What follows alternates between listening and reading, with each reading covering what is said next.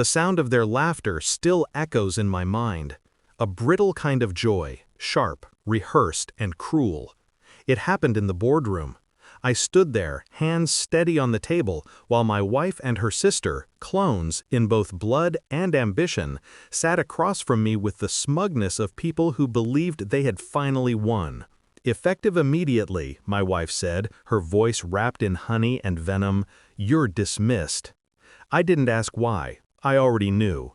Her sister added the dagger with a smile. "We don't need lazy people like you." I nodded, just once, slowly, and smiled. It wasn't the smile of a man defeated. It was the kind you give to someone who has just stepped into their own grave without realizing it. I left without another word. The silence of the hallway pressed against me as I walked. Every step echoed like a heartbeat, steady and deliberate.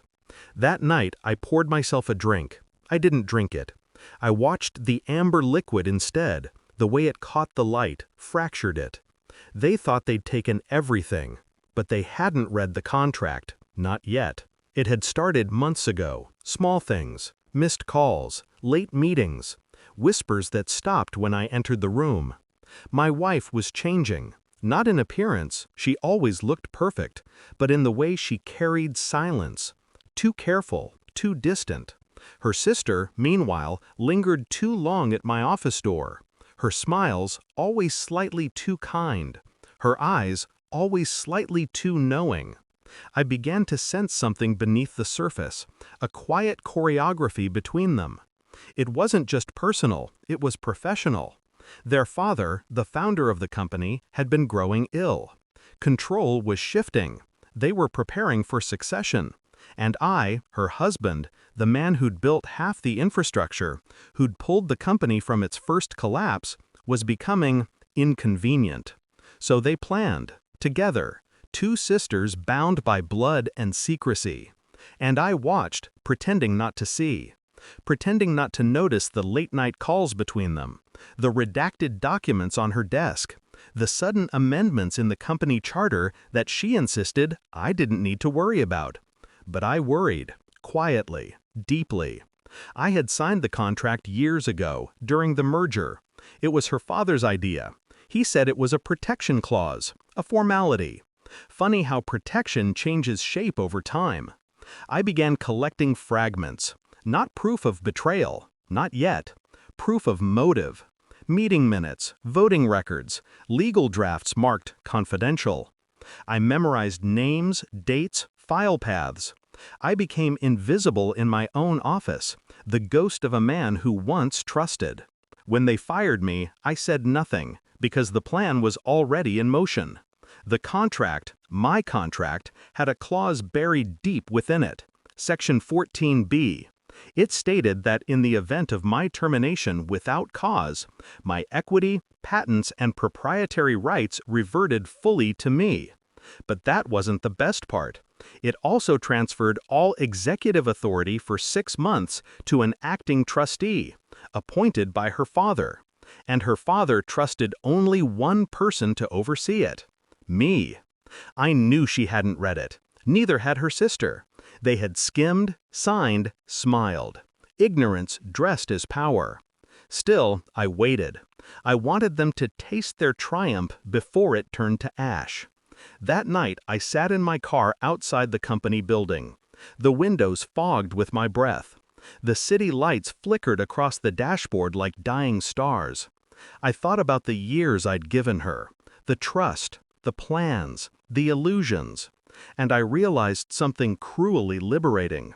You can love someone deeply and still want to destroy what they've become. The call came the next morning, her father's voice, raw, furious. "What the hell did you do?" I could almost hear their confusion in the background, muffled voices, desperation. He repeated, louder, "Didn't you read the contract?" I didn't need to see their faces to know the color had drained from them. An hour later, she called me. Her voice was small now, controlled but trembling. "Why didn't you tell me?" she asked. I let the silence stretch until it hurt. Then, "You never asked." There was a pause. I could almost hear her sister whispering beside her, frantic. "Can we fix this?" she said. "We didn't mean." But she stopped herself. Because she knew. Intent didn't matter anymore. The ink had spoken. By noon, her father reinstated me as interim CEO. She and her sister were suspended pending review. It was poetic, really. They had conspired to cut me out, and instead they'd carved themselves away. I saw them one last time in the lobby. They stood there, two silhouettes of arrogance turned hollow. She tried to speak. I raised a hand. "Don't," I said. Just that one word. Then I handed her a folder. Inside was a copy of the clause. My signature. Her father's. Hers. She flipped through it, eyes darting. Her lips trembled when she reached the highlighted section. Her sister whispered something, but I couldn't make out the words. It didn't matter. I leaned closer. "You fired me," I said quietly, "but you didn't read what you signed. That's not my fault." She looked up, tears she refused to shed trembling at the edge of her control. I turned to leave. She called my name. Once. I didn't stop. The elevator doors closed between us like the final sentence of a long, cruel chapter. That night I sat alone in the office. The city lights burned cold through the glass. I thought about how betrayal always feels personal until you see it from a distance. Then it's just strategy gone wrong. I didn't hate her. I didn't love her either. She had simply revealed the truth of who she was, and I had responded in kind. The contract was never about protection. It was a test. And she failed it beautifully. I signed the transfer papers the next morning, stepping down for good. Not out of mercy, out of completion.